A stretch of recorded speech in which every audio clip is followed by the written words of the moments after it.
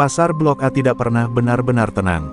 Setiap hari, teriakan pedagang, deru gerobak, dan bau amis dari selokan menjadi lagu latar tempat itu. Tapi di balik keramaian, ada satu nama yang membuat nyali para pedagang ciut, Hasim. Kepala preman pasar itu bukan sekadar tukang palak. Ia raja kecil yang merasa pasar adalah miliknya.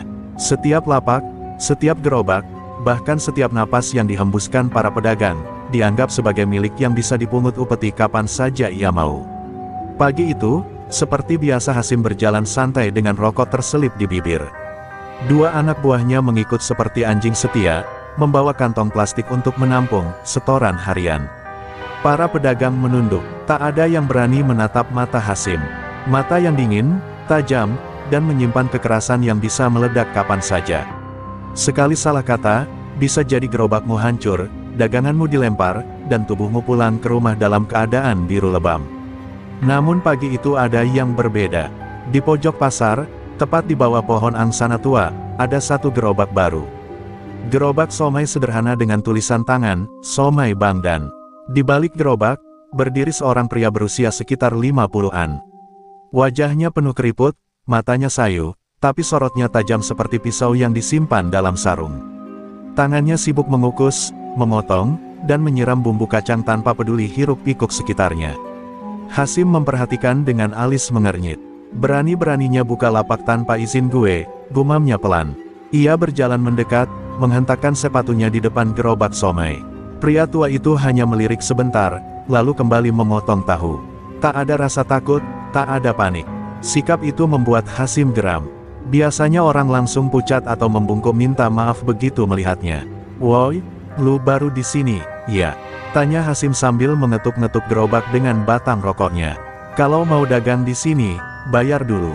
300.000 seminggu, khusus buat pendatang baru." Pria itu tak menjawab, ia hanya menyajikan seporsi somai kepada pembeli dengan tangan tenang, seolah Hasim hanyalah angin lalu yang tak penting. Keheningan itu justru membuat pasar terasa makin mencekam. "Gue lagi ngomong, bangke," bentak Hasim sambil menendang salah satu roda gerobak hingga bergoyang. Tangannya hampir saja menjambak pria itu, tapi pria tua itu mendongak, dan dalam sepersekian detik, mata mereka bertemu. Mata yang tua, tapi dalamnya seperti jurang tak berdasar. Hasim terdiam, entah kenapa, tubuhnya kaku. Tapi egonya terlalu besar untuk mengaku takut. Ia meludahi kaki gerobak dan berkata, "Gue kasih waktu lu sampai besok. Kalau belum bayar, gue balik, dan gerobak lo gue hancurin." Tanpa berkata sepatah kata pun, pria itu kembali mengisi kukusan dengan bakso ikan. Hasim pergi sambil tertawa, tapi tawanya terdengar kaku. Ia tak menyadari bahwa pagi itu, ia telah membuat kesalahan paling fatal dalam hidupnya. Para pedagang hanya saling pandang, bisik-bisik ketakutan.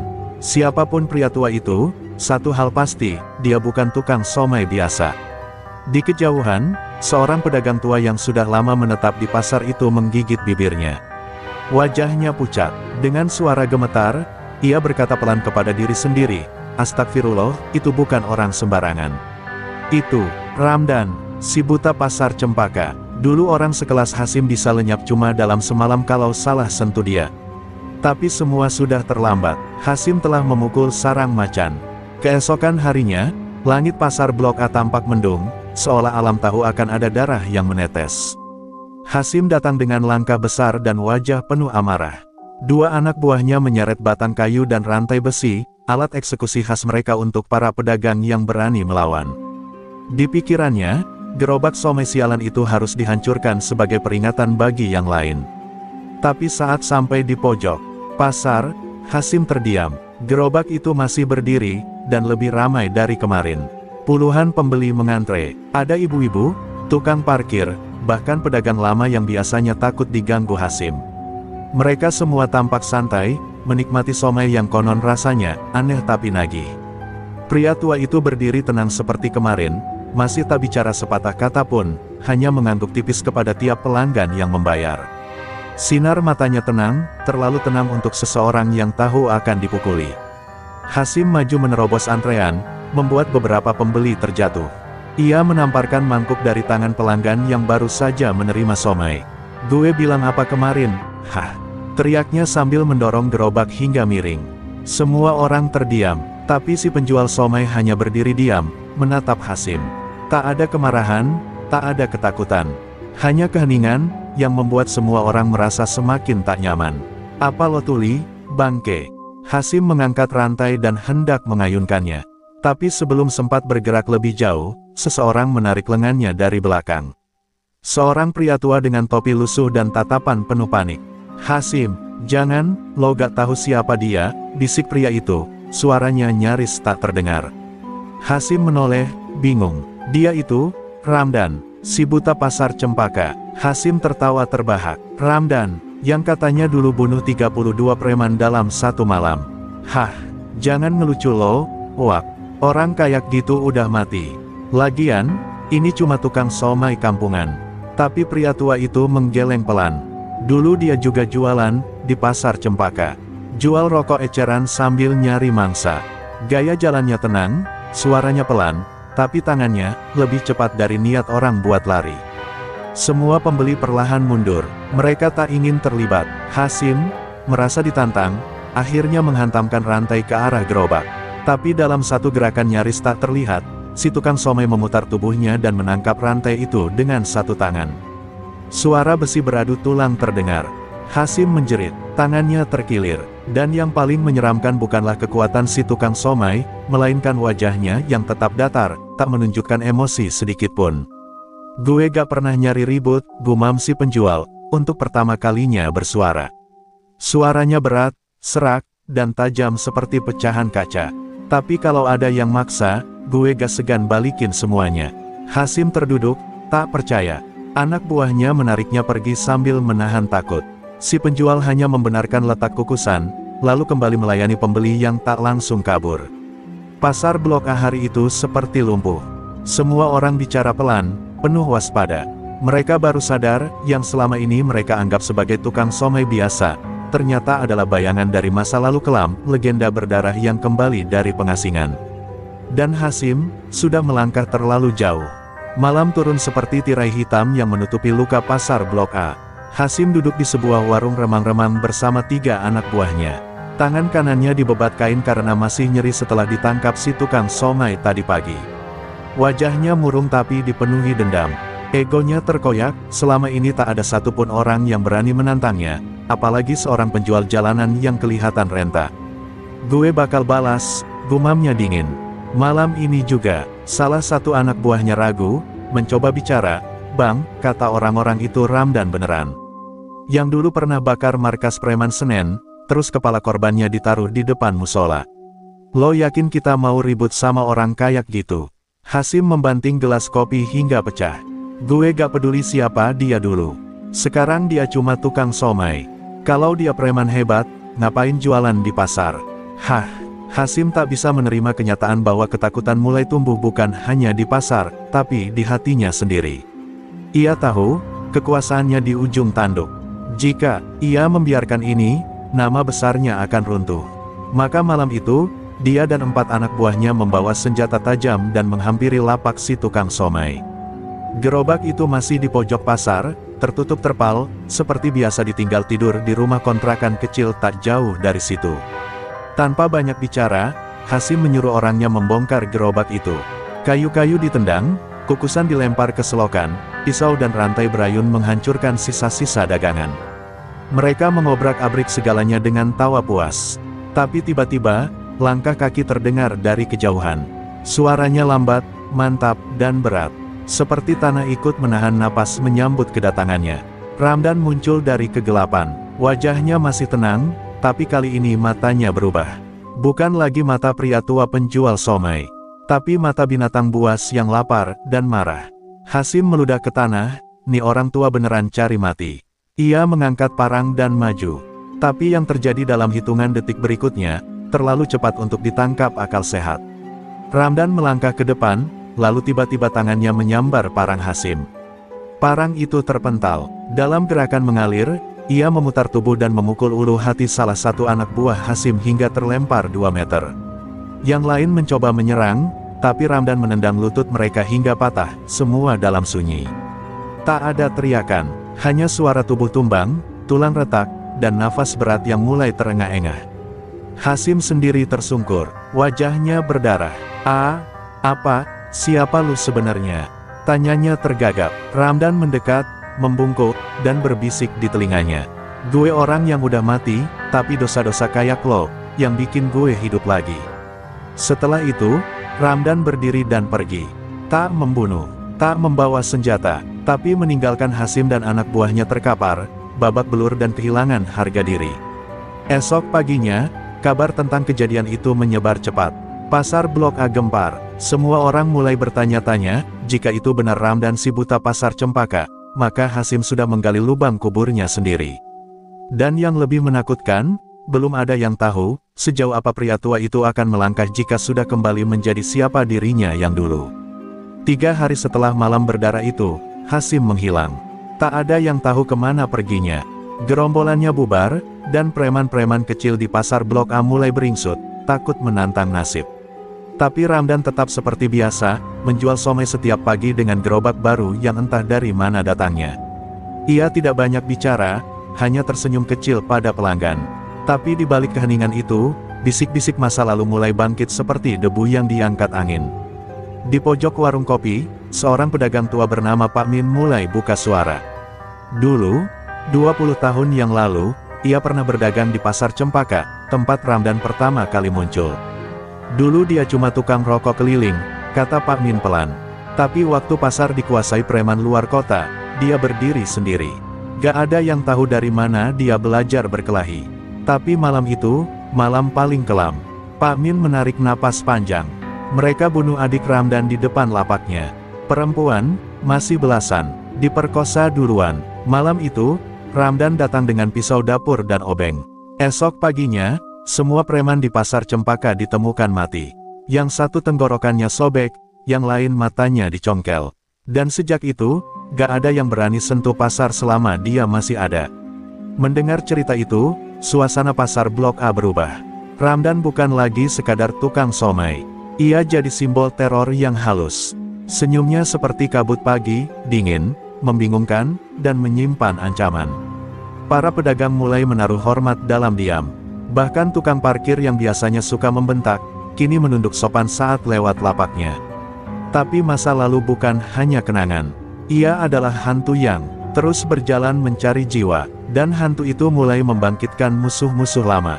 Di tempat lain, markas preman elit Jakarta Timur, seorang pria gondrong bertato sedang menonton rekaman CCTV dari pasar Blok A. Tatapannya tajam, namanya Bengal, mantan rival Ramdan saat kejayaan dulu, dan satu-satunya yang berhasil lolos dari pembantaian pasar Cempaka. Jadi dia hidup, gumam Bengal sambil mengepalkan tinju. Dan berani muncul lagi. Di sekelilingnya, 6 anak buah yang tak kalah bengis menunggu perintah. Kita gak bisa biarin dia bangun lagi. Kalau Ramdan hidup, kita semua dalam bahaya. Bengal memutar lehernya, suara retakan tulang seperti genderang perang yang pelan. Siapkan orang, kita datangi pasar itu. Kalau perlu, bakar sekalian sama tukang-tukangnya. Ramdan, di sisi lain, hanya duduk di depan gerobaknya malam itu. Ia menatap langit yang mulai gelap. Di tangannya, bukan pisau, bukan senjata. Hanya sebungkus plastik kacang dan sebotol saus buatan sendiri. Tapi matanya tahu, perang belum selesai. Dan jika masa lalunya datang menjemput, ia tak akan lari. Kali ini, ia akan berdiri sampai akhir. Di pasar Blok A, semua tampak tenang. Tapi sesungguhnya, sebuah badai sedang mendekat, lebih besar dari Hasim, lebih ganas dari siapapun yang pernah menginjakan kaki di sana. Dan legenda bernama Ramdan, sedang bersiap untuk menyambutnya. Malam itu, pasar Blok A lengang lebih cepat dari biasanya. Pedagang menggulung tenda lebih awal, lampu-lampu dipadamkan, dan suara obrolan berubah menjadi bisikan gelisah. Ada firasat aneh di udara, seolah bumi pun menahan napas. Ramdan tahu tanda-tanda itu. Dulu, sebelum setiap pembantaian, selalu ada sunyi yang terlalu hening, dan angin yang terlalu dingin. Ia duduk di bangku kecil dekat gerobaknya, mendengarkan suara angin seperti mendengarkan pesan dari masa lalu. Tak lama kemudian, suara knalpot meraung dari arah luar pasar. 5 motor gede masuk bersamaan, dikawal sebuah mobil hitam tanpa plat. Orang-orang dari warung sekitar mengintip dari balik tirai plastik. Dari dalam mobil, turun Bengal, lebih tua dari terakhir Ramdan melihatnya, tapi masih menyimpan aura haus darah. Tato macan di lehernya terlihat hidup dalam cahaya redup lampu jalan. "Ramdan," suara Bengal memecah keheningan seperti pisau membelah kain. "Gue pikir lo udah mati. Tapi ternyata cuma ngumpet jadi tukang somai." "Iya." Ia tertawa, diikuti tawa kasar anak buahnya. Tapi Ramdan hanya memandangi mereka, tak bergerak sedikit pun. Tak ada rasa terintimidasi, hanya keheningan, yang justru membuat lawan semakin gelisah. Bengal berjalan mendekat, menyentuh gerobak somai dengan tatapan menghina. "Dulu lo bikin pasar tunduk karena ketakutan, bukan karena hormat. Lo pikir bisa balik dan bikin kejayaan lama. Dunia udah berubah, dan lo bukan siapa-siapa sekarang." Tapi sebelum kata-kata berikutnya keluar, Ramdan berdiri pelan, seperti seorang biksu yang hendak naik ke medan perang. "Mungkin dunia udah berubah," ujar Ramdan pelan, "tapi dosa lo belum pernah lunas." Dalam sekejap, ia meraih tabung gas kecil dari bawah gerobak dan melemparkannya tepat ke arah salah satu preman yang berdiri paling depan. Tabung itu menghantam dada si preman, membuatnya terlempar. Suara ledakan kecil terjadi saat api dari kompor meletik, membakar sebagian lapak. Orang-orang berteriak, tapi Ramdan justru melangkah ke dalam kobaran api kecil itu, seperti legenda yang turun dari langit murka. Pertarungan pun pecah. Anak buah Bengal menyerang membabi buta, tapi Ramdan seperti hantu dari masa lalu yang tak bisa disentuh. Gerakannya tidak lagi luwes seperti dulu, namun setiap tebasan dan pukulan membawa niat membunuh. Ia menghantamkan lutut ke perut lawan, memutar tubuh untuk menghindari besi, lalu menyikut kepala yang terlalu dekat. Satu persatu, tumbang, cepat, sunyi, brutal, Bengal akhirnya maju, membuka jaket dan menarik golok bergagang kepala ular, senjata lamanya dulu. "Lo pikir lo masih bisa kalahin gue?" Dan mereka berdiri berhadapan seperti dua raja tua yang menolak pensiun. Tapi kali ini, bukan soal kekuasaan. Ini soal luka lama yang belum dijahit. Dendam yang belum dikubur. Dalam sorotan api yang membakar sebagian lapak, dua legenda itu mulai bertarung, bukan hanya dengan tubuh, tapi dengan semua masa lalu yang pernah mereka telan. Dan pasar Blok A, menjadi saksi bahwa malam itu, darah dan sejarah kembali tumpah. Pertarungan antara Ramdan dan Bengal bergema di tengah gelapnya pasar Blok A. Setiap benturan golok dan tinju membakar udara dengan amarah yang telah lama terpendam. Bengal menebas dengan brutal, mengandalkan kekuatan fisik dan dendam yang menggerogoti hatinya selama bertahun-tahun. Namun Ramdan, meski tampak lebih tua dan lelah, bergerak dengan kelincahan dan ketepatan yang hanya dimiliki oleh mereka yang pernah mengalami 1000 malam penuh darah. Mereka bertukar serangan dengan kecepatan yang sulit diikuti mata biasa. Sekeliling mereka, anak buah Bengal yang tersisa berusaha menghalangi para pedagang yang berusaha melarikan diri. Pasar yang biasanya ramai berubah menjadi medan perang, penuh jeritan, debu, dan bau terbakar. Gerobak somai Ramdan yang kecil dan sederhana menjadi titik pusat pertarungan berdarah yang mengguncang pasar. Bengal berteriak, mencaci Ramdan dengan kata-kata kasar yang menggema di udara malam. Tapi Ramdan hanya diam, tatapan matanya menyiratkan kesedihan yang dalam. Setiap pukulan yang dia lepaskan bukan semata untuk melukai, tapi juga untuk menuntaskan dendam lama yang tak pernah bisa dilupakan. Ia tahu, pertarungan ini bukan hanya soal siapa yang menang, tapi juga soal pembebasan jiwa. Dalam satu kesempatan, Bengal berhasil menyabatkan goloknya ke lengan Ramdan. Darah mengalir deras, namun Ramdan tetap berdiri tegak, menggigit bibirnya menahan sakit. Dengan satu pukulan keras ke perut, Ramdan melumpuhkan Bengal yang hampir tersentak mundur. "Ini bukan sekadar dendammu yang harus kau bayar, Bengal," suara Ramdan berat dan penuh arti. "Ini tentang keadilan yang kau tolak." Tiba-tiba, sebuah suara keras terdengar dari kerumunan. Seorang wanita muda dengan mata merah menyala maju ke depan. Ia adalah adik Ramdan yang dulu tewas dibunuh preman. "Sudah cukup, kalian berdua membawa luka ini terlalu jauh," teriaknya. Suaranya mengguncang. Semua berhenti sejenak, menyadari bahwa darah yang tertumpah bukan hanya milik para pria tua itu, tapi juga generasi yang lebih muda yang tak ingin terperangkap dalam kebencian. Ramdan menatap wanita itu dengan lembut. Air matanya mengalir untuk pertama kali sejak pertarungan dimulai. "Dia benar," katanya pelan. "Dendam kami memang dalam, tapi sudah saatnya kami berhenti." Bengal menghela napas, tubuhnya lemah dan berdarah. Ia mengangguk pelan, menerima kenyataan pahit bahwa perang lama ini harus berakhir. Malam itu, di tengah reruntuhan gerobak dan bara api yang meredup, dua musuh lama berdamai dalam diam. Namun, bayang-bayang masa lalu masih mengintai, menunggu waktu untuk kembali mengusik kedamaian yang rapuh di pasar Blok A. Dan legenda Ramdan, tukang somai berdarah itu, belum selesai menulis kisahnya. Kedamaian yang terpancar setelah pertarungan berdarah itu hanya sekejap. Pasar Blok A mulai pulih, namun suasana hati para pedagang masih berat. Ramdan kembali berdiri di balik gerobak somainya, mencoba menyembunyikan luka-luka yang belum sepenuhnya sembuh. Tapi malam itu, udara terasa berbeda, ada sesuatu yang bersembunyi dalam bayang-bayang yang tak terlihat oleh mata biasa. Seorang pria bertopeng dan berjaket hitam berdiri di sudut pasar. Ia mengamati gerobak Ramdan dengan tatapan tajam, menyembunyikan niat gelap yang mengerikan. Pria itu bukan orang sembarangan, dari lipatan topengnya, terlihat kilatan mata yang penuh kebencian. Namanya Jaka Hitam, tangan kanan bengal yang belum menyerah meski sang bos sudah tumbang. Jaka Hitam mengeluarkan ponsel, mengirim pesan singkat yang berisi ancaman terselubung kepada para preman kecil di sekitar pasar. Jika Ramdan terus hidup, darah akan tumpah lebih banyak. Pasar ini milik kami, tulisnya. Dalam hitungan menit, pesan itu menyebar, menebar ketakutan baru yang lebih halus tapi lebih mematikan. Ramdan merasakan getaran ketegangan itu, meskipun ia berusaha tenang dan fokus pada dagangannya. Ini belum selesai, gumamnya dalam hati. Ia tahu, ada musuh yang lebih licik dan berbahaya dari bengal yang pernah dihadapinya. Musuh yang bersembunyi dalam bayang-bayang, menunggu waktu yang tepat untuk menghancurkan kedamaian yang baru terbangun. Beberapa pedagang mulai melapor ke Ramdan, khawatir akan keselamatan mereka. Ia mengumpulkan beberapa anak buah setianya, berbicara dengan suara rendah namun penuh tekad. Kita harus waspada, Jaka Hitam dan antek-anteknya tidak akan diam begitu saja. Jika mereka menyerang, kita harus siap. Malam itu, Ramdan berjalan keliling pasar, memperhatikan setiap sudut dan celah. Bayangan-bayangan bergerak-gerak di balik lampu temaram, dan suara-suara asing menyelinap di antara bisikan angin. Pasar yang dulu sunyi kini menjadi arena siasat dan ancaman yang mengintai dalam diam. Dalam kesunyian itu, Ramdan menarik napas dalam. Aku mungkin sudah lama hilang dari dunia preman, tapi aku bukan seseorang yang mudah ditaklukkan. Dengan tekad membara, ia menatap langit malam, siap menghadapi gelombang gelap yang akan datang. Jaka Hitam berdiri di atap sebuah gedung tua yang menghadap langsung ke pasar Blok A.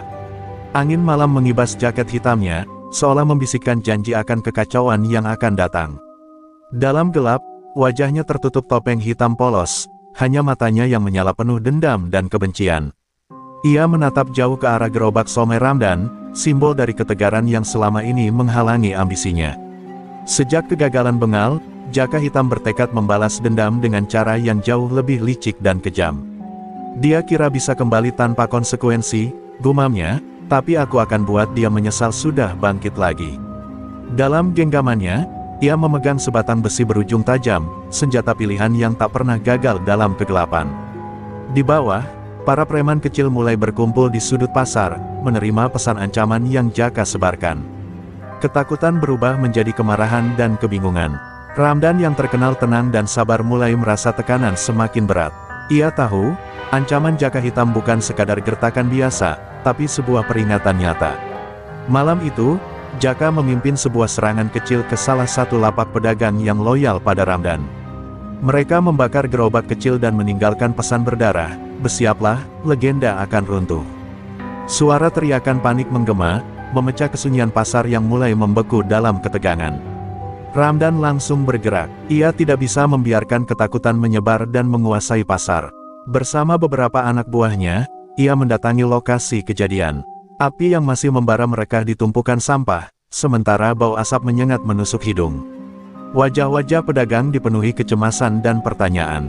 Dengan suara tegas, Ramdan berbicara, "Kita tidak akan membiarkan mereka menguasai pasar Blok A. Kita harus bersatu, tidak hanya untuk bertahan, tapi untuk menyerang balik." Pesannya diterima dengan semangat yang mulai berkobar di antara pedagang dan anak buahnya. Persatuan mereka kini adalah senjata terkuat menghadapi ancaman yang datang. Namun, di balik semangat itu, Ramdan merasa ada sesuatu yang lebih besar dari sekadar serangan preman. Jaka Hitam bukan hanya ingin menguasai pasar, tapi juga ingin menghancurkan segala yang pernah Ramdan bangun, termasuk harga dirinya dan masa lalunya yang kelam. Di tengah malam yang semakin pekat, Ramdan memandang ke langit, bertanya dalam hati, apakah aku siap menghadapi bayangan yang tidak hanya mengancam pasar ini, tapi juga jiwa dan masa depanku? Jawabannya masih tersembunyi, tapi satu hal pasti, perang belum usai. Ini baru awal dari babak yang lebih gelap. Keesokan paginya, suasana pasar Blok A masih menyisakan bekas kekacauan semalam. Pedagang yang semalam ketakutan mulai berbisik-bisik, sementara Ramdan duduk termenung di depan gerobaknya yang sudah mulai dibersihkan.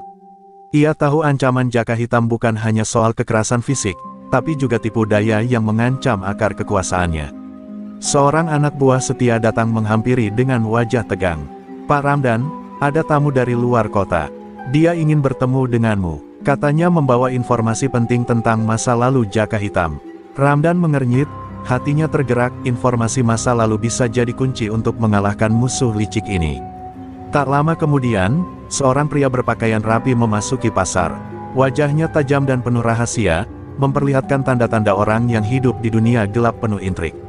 "Namaku Arman," katanya singkat, "aku dulu bagian dari geng Jaka Hitam. Tapi aku tahu banyak tentang rencananya dan masa lalunya yang kelam." Arman mulai bercerita, bagaimana Jaka Hitam dulu adalah anak buah bengal yang paling brutal dan licik. Tapi ia juga menyimpan dendam pribadi yang dalam. Saat kecil, keluarganya dihancurkan oleh pertarungan lama antara Ramdan dan Bengal. "Jaka bukan hanya ingin menguasai pasar, tapi ingin menghancurkanmu, Ramdan, sebagai balas dendam atas masa lalu yang dia anggap kelam." Ramdan mendengarkan dengan seksama, perasaan campur aduk memenuhi dadanya. Ia sadar bahwa pertarungan ini bukan hanya tentang hari ini, tapi warisan luka yang diwariskan dari generasi ke generasi. "Kalau begitu, kita harus hentikan ini sekarang juga," katanya tegas, "sebelum lebih banyak darah tumpah." Dengan bantuan Arman, Ramdan mulai merancang strategi untuk menghadapi Jaka Hitam. Mereka mengumpulkan intel, mengawasi pergerakan musuh, dan menyiapkan jebakan. Ramdan tahu, kunci kemenangan ada pada pemahaman tentang musuhnya, lebih dari sekadar kekuatan fisik. Namun, di balik segala persiapan itu, Ramdan menyimpan rasa takut tersendiri. Bukan takut akan pertarungan, tapi takut akan apa yang akan terungkap jika masa lalu mereka benar-benar terbuka. Ia bertanya-tanya, apakah ada rahasia kelam yang selama ini dia sendiri belum tahu. Malam itu, pasar Blok A kembali sunyi, tapi bukan karena ketakutan. Kali ini, itu adalah keheningan yang dipenuhi oleh rencana dan tekad. Legenda tukang somai berdarah itu bersiap menghadapi babak akhir yang akan menentukan nasibnya, dan nasib pasar yang telah menjadi saksi hidupnya. Malam itu, pasar Blok A berubah menjadi medan pertempuran terakhir yang penuh ketegangan. Lampu-lampu jalan yang remang dan suara angin berdesir menambah kesunyian yang mencekam. Ramdan berdiri di tengah pasar, menatap sekelilingnya dengan penuh kewaspadaan. Ia tahu, saat ini adalah waktu untuk membuktikan siapa legenda sebenarnya. Jaka Hitam muncul bersama para anteknya, wajahnya tersembunyi di balik topeng hitam yang kini tampak seperti simbol kegelapan dan kebencian. Mereka bergerak dengan cepat, mencoba mengepung gerobak somai Ramdan yang kini menjadi simbol perlawanan dan keberanian. Tapi Ramdan tak sendiri, pedagang dan anak buahnya sudah siap, mata mereka penuh dengan tekad membara. Pertarungan pecah dengan dahsyat, suara benturan dan teriakan menggema di setiap sudut pasar. Ramdan bertarung dengan kekuatan yang lebih dari sekadar fisik, ia bertarung dengan jiwa yang terpatri oleh pengalaman hidup penuh luka dan harapan. Setiap pukulan yang ia lepaskan adalah pembalasan atas semua penderitaan yang pernah ia alami. Jaka Hitam menunjukkan keahlian bertarungnya yang mematikan, tapi Ramdan lebih unggul dalam strategi dan kekuatan hati. Dalam sebuah momen yang menentukan, Ramdan berhasil menjatuhkan Jaka Hitam dengan sebuah serangan terampil yang membuat musuhnya terkulai lemas di tanah berdebu. "Ini akhir dari terormu," ucap Ramdan dengan suara dingin. Namun, bukan hanya pertarungan fisik yang menentukan malam itu. Ramdan juga berbicara kepada para preman dan penduduk pasar, mengajak mereka untuk berdamai dan meninggalkan kekerasan yang hanya membawa kehancuran. Suaranya yang lantang dan tulus menggema, menggetarkan hati yang selama ini terperangkap oleh dendam. Jaka Hitam yang kalah tergeletak, akhirnya membuka topengnya. Di baliknya, terlihat wajah seorang pria muda yang penuh luka dan penyesalan. Ia menangis, menyadari bahwa jalan kekerasan hanya membawa kehancuran dan kesepian. Ramdan mengulurkan tangan, memberi kesempatan bagi musuhnya untuk bangkit dalam damai. Keesokan harinya, Pasar Blok A kembali hidup seperti dulu, namun kini lebih kuat, lebih bersatu. Ramdan kembali berdagang somai dengan tenang, wajahnya tidak lagi hanya sebagai legenda yang ditakuti, tapi juga sebagai pelindung dan simbol harapan. Legenda tukang somai berdarah itu telah terlahir kembali, bukan hanya sebagai pejuang, tapi juga sebagai pahlawan. Cerita ini berakhir bukan dengan darah yang tumpah, tapi dengan perdamaian yang tumbuh dari luka-luka masa lalu. Pasar Blok A menjadi saksi bahwa bahkan dalam dunia yang penuh kekerasan, masih ada harapan untuk berubah dan hidup yang lebih baik. Dan Ramdan, sang legenda, akan selalu dikenang dalam bisikan angin malam yang membawa aroma somai dan keberanian.